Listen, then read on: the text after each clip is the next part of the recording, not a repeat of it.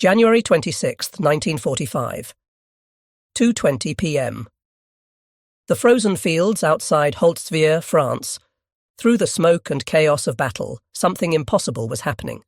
A single American soldier atop a burning tank destroyer was systematically destroying an entire German company's advance. The elite mountain troops of the 2nd Gebirgsdivision, veterans transferred from Norway specifically for this offensive, were being stopped cold by what appeared to be a boy who couldn't weigh more than 50 kilograms. Behind the German lines, 6 tanks, Panzer IVs and tank destroyers that had crushed resistance across Europe, sat immobilized, their commanders too shocked to advance without infantry support that was being methodically cut down by a single American. The 250 men of the reinforced German company had walked into what Wehrmacht tactical doctrine said was impossible. One soldier holding a position against an entire combined arms assault. The mathematics were stark. 40 exhausted Americans against 250 elite German mountain infantry and 6 tanks. By every principle of military science, the American position should have been overrun in minutes. Instead, for one impossible hour, 2nd Lieutenant Audie Murphy would rewrite the rules of warfare. The path to that burning tank destroyer began in the cotton fields of Hunt County, Texas, where Audie Murphy was born on June 20th, 1925, to impoverished sharecroppers. The 6th of 12 children, Murphy's childhood was defined by crushing poverty and responsibility. His father abandoned the family when Audie was 12. His mother died of endocarditis and pneumonia in 1941, leaving the 16-year-old as primary provider for his younger siblings. "If I don't hit what I shoot at, my family doesn't eat tonight," young Murphy had told his neighbour Monroe Hackney, explaining his uncanny marksmanship. The boy could drop a running rabbit at 50 yards with a .22 rifle that most people couldn't hit a barn with. Each bullet cost money the family didn't have. Each miss meant empty stomachs. Under such pressure, Murphy developed a shooter's eye that would later terrify German soldiers across 3 countries. When Pearl Harbor was attacked, Murphy saw his chance. The military offered steady pay, 3 meals a day, and the ability to send money home to support his siblings. But even joining proved difficult for the undersized teenager.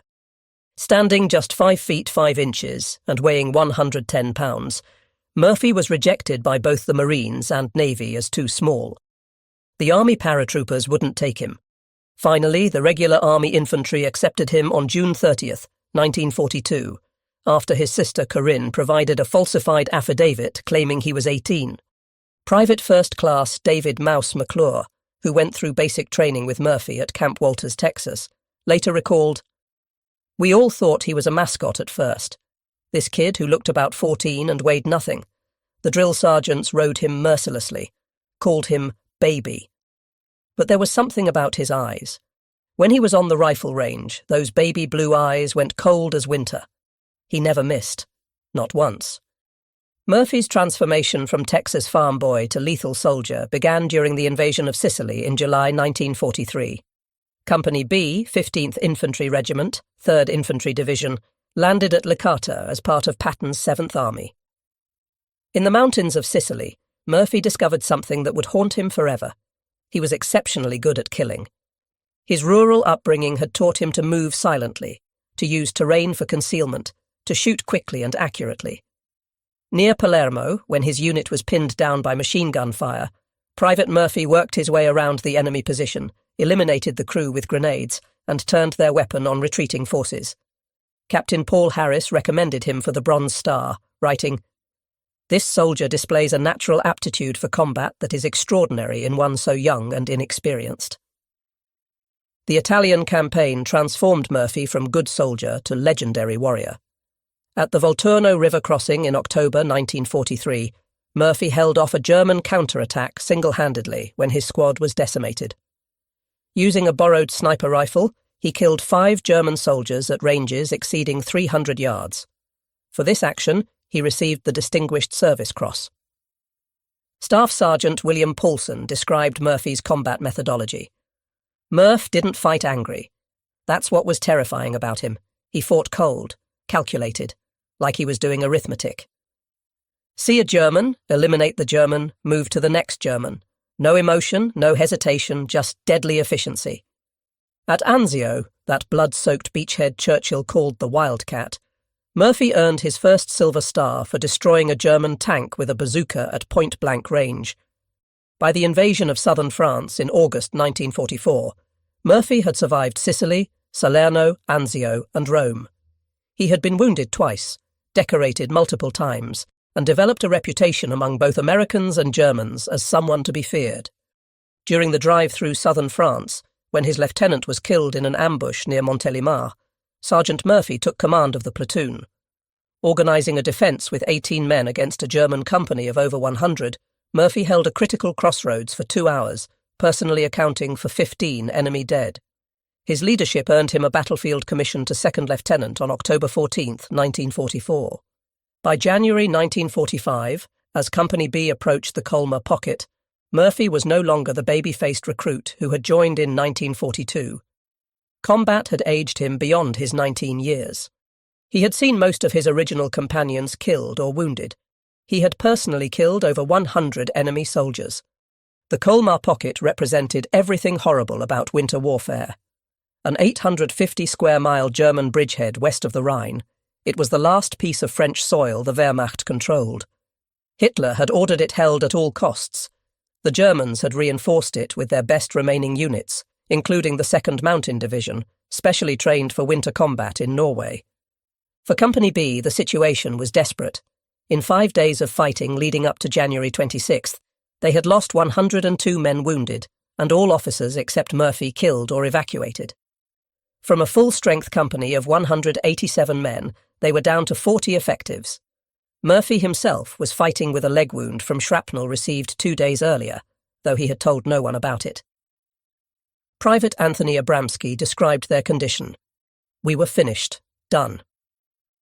Most of us hadn't slept in 3 days. We'd been living on cold K rations when we could eat at all. Half the guys had frostbite. Our machine guns were freezing up. We'd tried all night to dig foxholes, but the ground was like iron. When dawn came and we saw our positions, strung out along the edge of the woods with open fields in front of us, we knew we were sitting ducks. January 26, 1945, dawned grey and bitter cold. The temperature hovered around freezing with wind that cut through the heaviest overcoats. Snow lay 3 feet deep in places, though constant artillery fire had churned much of the battlefield into a moonscape of frozen mud and ice. Company B held positions along the edge of the Bois de Riedveer forest, looking out across nearly a mile of open ground toward the German-held village of Holtzwihr. Murphy had positioned his depleted company as best he could. 2 M10 tank destroyers provided his only anti-tank capability. His infantry was spread thin along the wood line. He had established his command post in a drainage ditch that provided some protection and a good view of the approaching ground. Field telephone lines connected him to supporting artillery batteries, his only real hope of stopping a determined attack. The German attack was preceded by an artillery barrage that began at 1300 hours. Tree bursts, shells exploding in the treetops, showered Company B's positions with deadly fragments. The barrage lasted 30 minutes, though to the men enduring it, it seemed like hours. At 1400 hours, the German attack materialized. Private First Class Donald Ekman was the first to spot them. You could see the pennants on the antenna of the German tanks, 6 of them spread out in attack formation, and behind them, Jesus Christ, there must have been 250 infantry, all in white snow camouflage, moving across that field like ghosts. Murphy's first action was to call for artillery support. But artillery alone wouldn't stop this attack. The Germans were too spread out, too numerous, and moving too fast. At 600 yards, the M10 tank destroyers opened fire.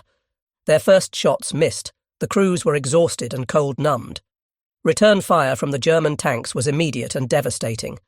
An 88mm shell struck the rear M10 squarely in the turret. The tank destroyer burst into flames, its crew scrambling out and running for the woods.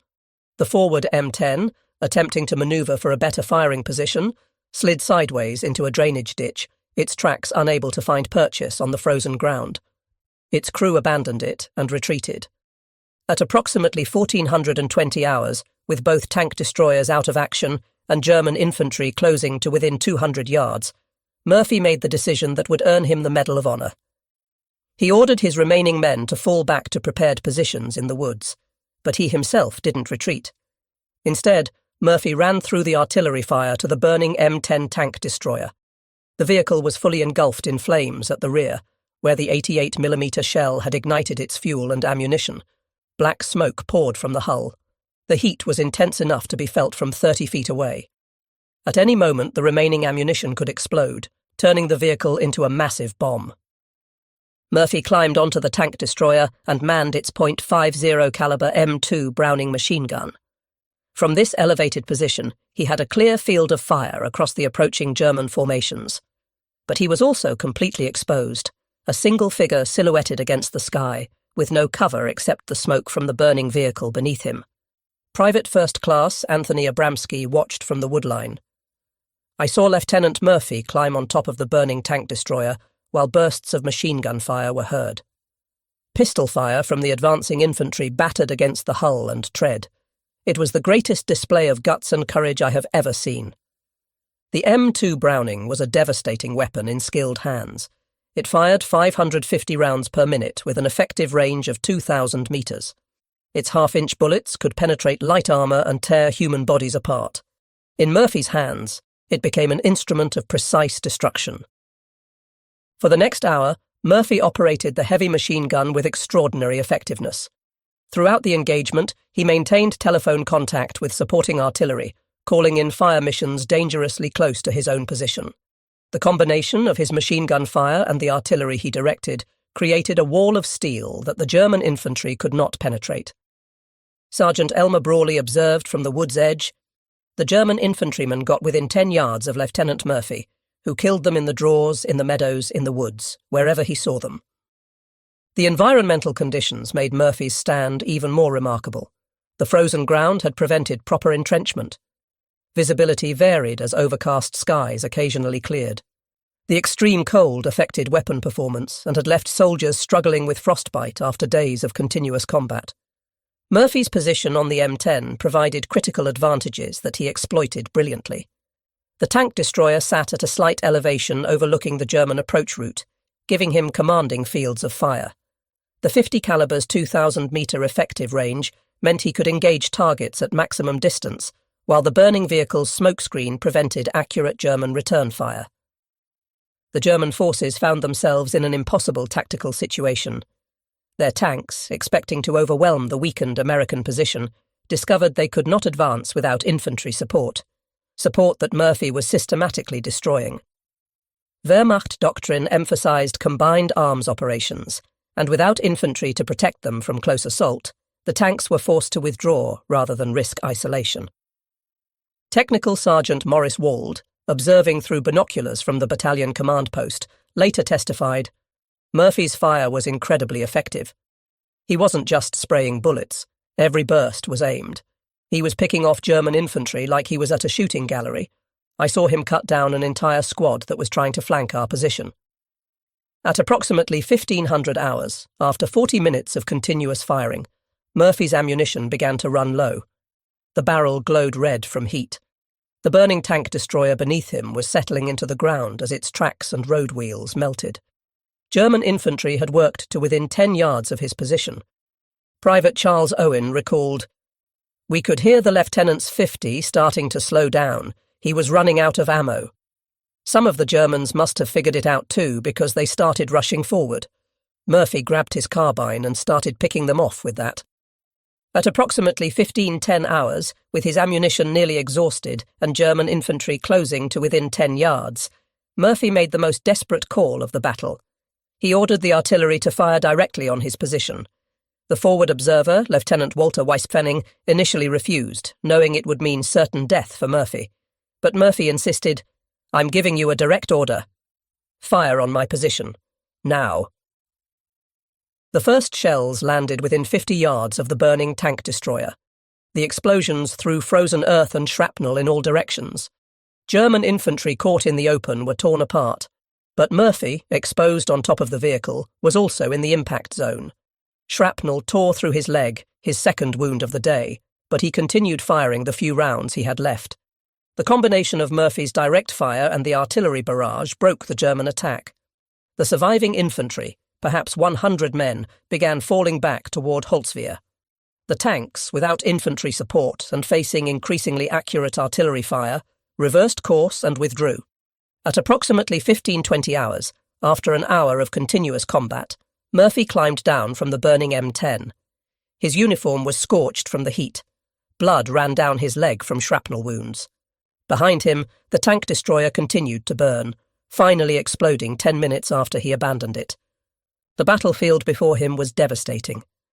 German bodies lay scattered across the snow-covered fields.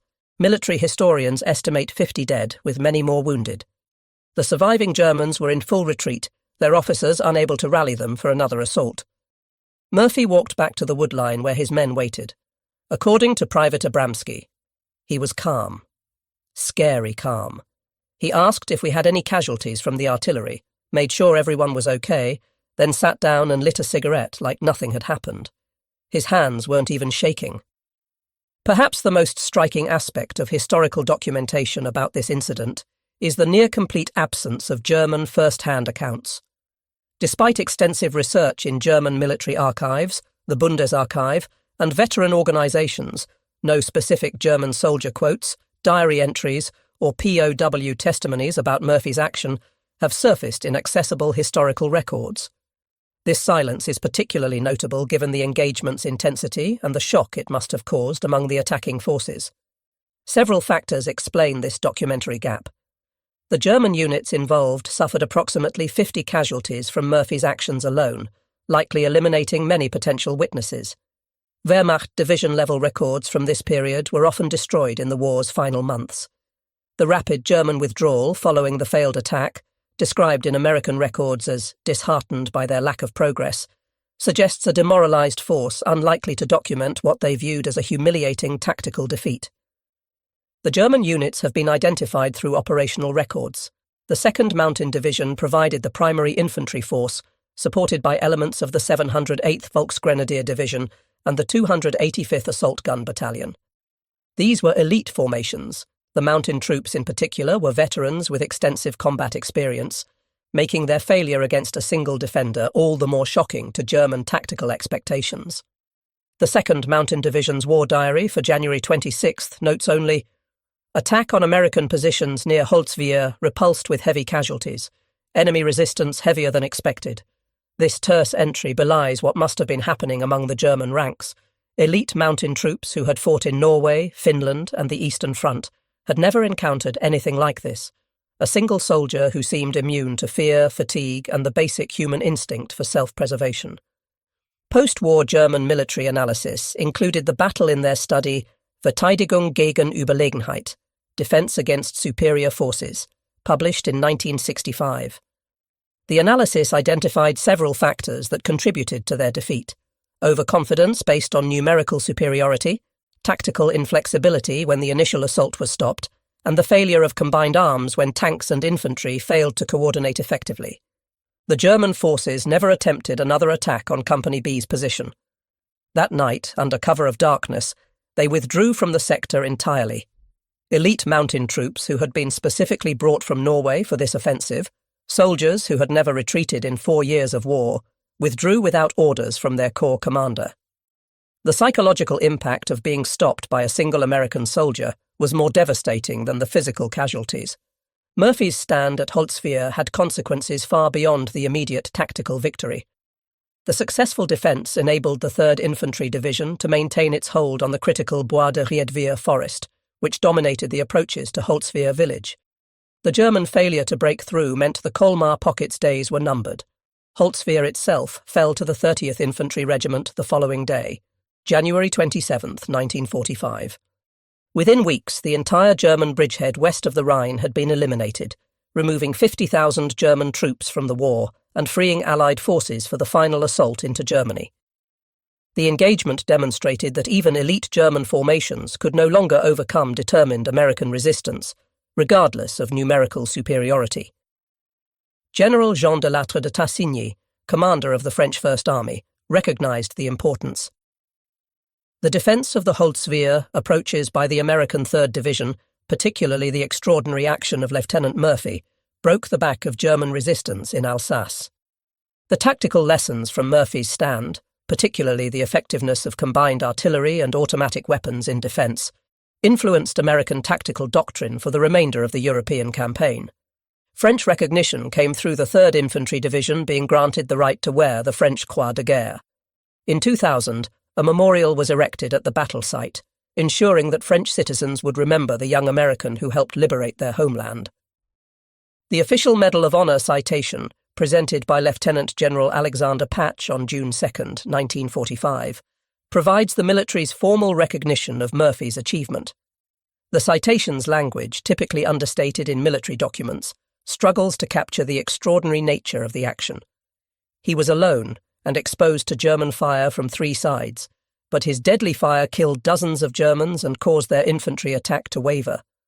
For an hour, the Germans tried every available weapon to eliminate 2nd Lieutenant Murphy, but he continued to hold his position. The award ceremony near Salzburg, Austria, brought together surviving members of the 3rd Infantry Division to witness their comrade receive the nation's highest military honour. Brigadier General Ralph B. Lovett and Lieutenant Colonel Hallett D. Edson, who had recommended Murphy for the medal, emphasised that Murphy's action had saved Company B from certain destruction and enabled the division to hold critical terrain. Murphy's reluctance to view his actions as heroic remained consistent throughout his life. When asked why he had climbed onto the burning tank destroyer, his response was characteristically direct. "They were killing my friends." It was not a heroic act.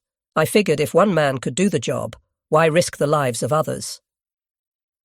Murphy's post-war struggle with what was then called battle fatigue, now recognised as PTSD, makes his story particularly relevant to modern understanding of combat's psychological toll.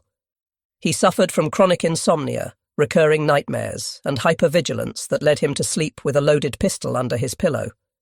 Eventually, he moved to sleeping in his garage with the lights on, unable to tolerate darkness that reminded him of night combat. "I remember the experience as if I do a nightmare. A demon seemed to have entered my body," Murphy wrote about his combat experiences.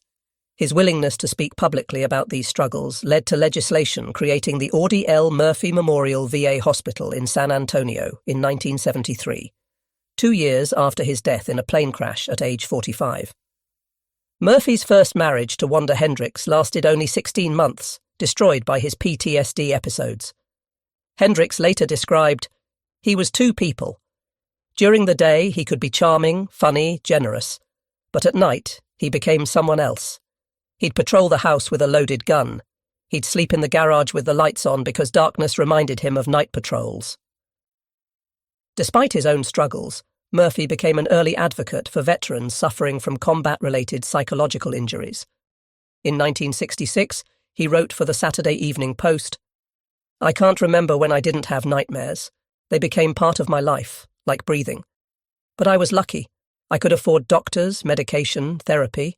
What about the veteran who can't? What about the thousands coming back from Vietnam with the same problems?" Murphy's effectiveness at Holtzwihr was amplified by the weapons systems he employed. The M2 Browning .50 caliber machine gun, designed by John Browning in 1918, was arguably the finest heavy machine gun of World War II. Its .50 BMG cartridge could penetrate 1 inch of armour plate at 100 yards. Each round had devastating effects on human targets. The bullet's energy of over 13,000 foot-pounds at the muzzle could literally tear a human body apart. The M10 tank destroyer carried 51 rounds of 3-inch ammunition in its hull, along with 1,000 rounds of .50 caliber ammunition and 300 gallons of request. On January 26, 1945, 2nd Lieutenant Audie Leon Murphy proved that one determined individual could stop an army. His stand at Holtzwihr shattered German assumptions about American soldiers. These weren't the soft, pampered boys of Nazi propaganda.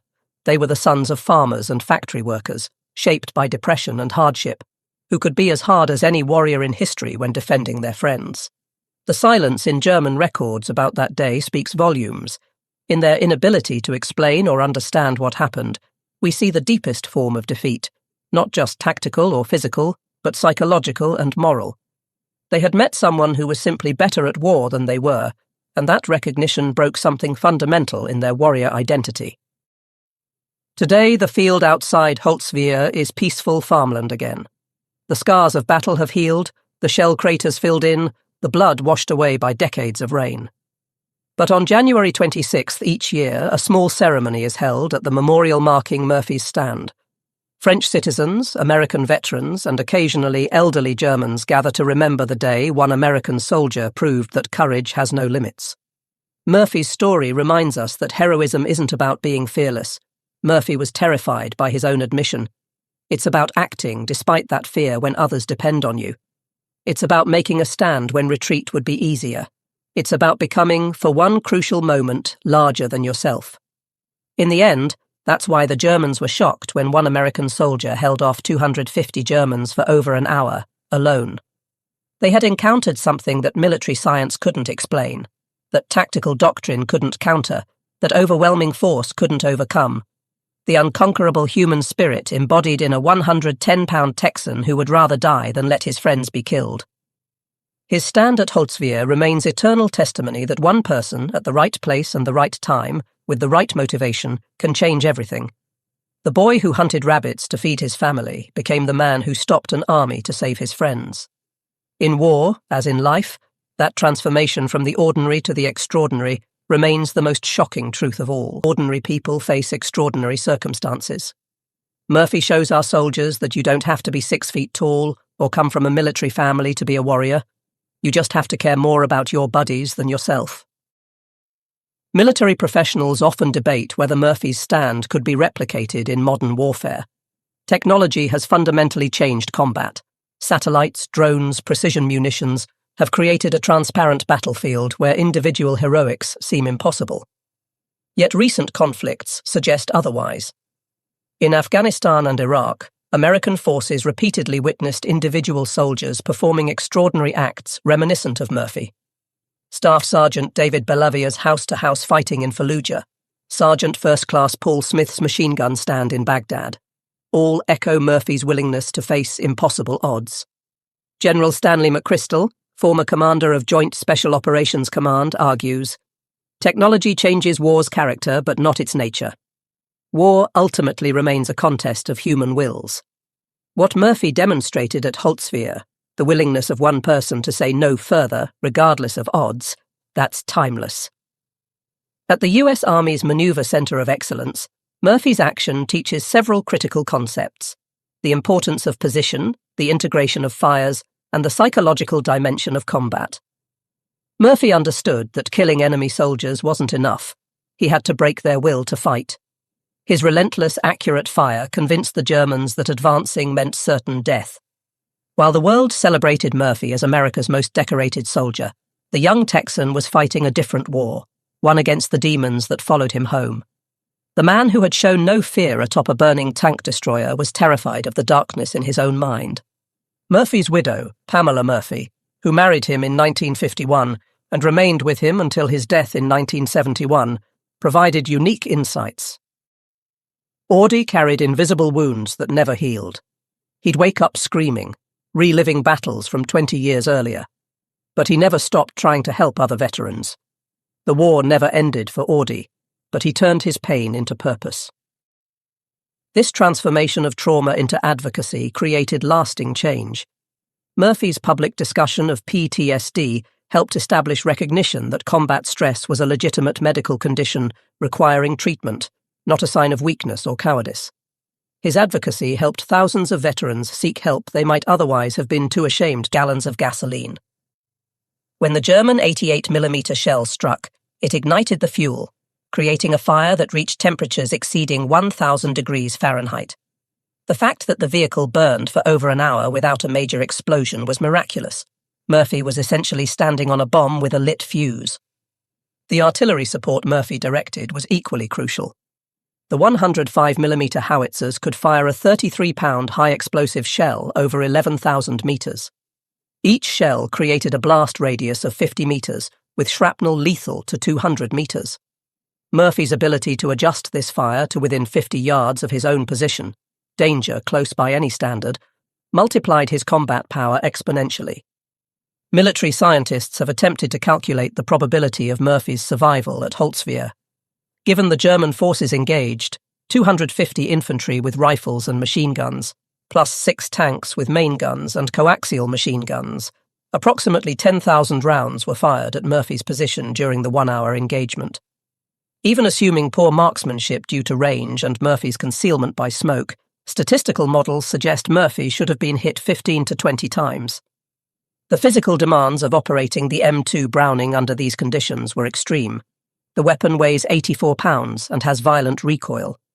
Murphy had to maintain his balance on the burning vehicle while absorbing the weapon's recoil, all while being shot at from 3 directions. The smoke from the burning vehicle would have made breathing difficult and aiming challenging. Military historians and psychologists have long debated what made Murphy capable of such extraordinary combat performance. Was it his impoverished background that taught him survival at any cost? His hunting experience that made killing seem natural?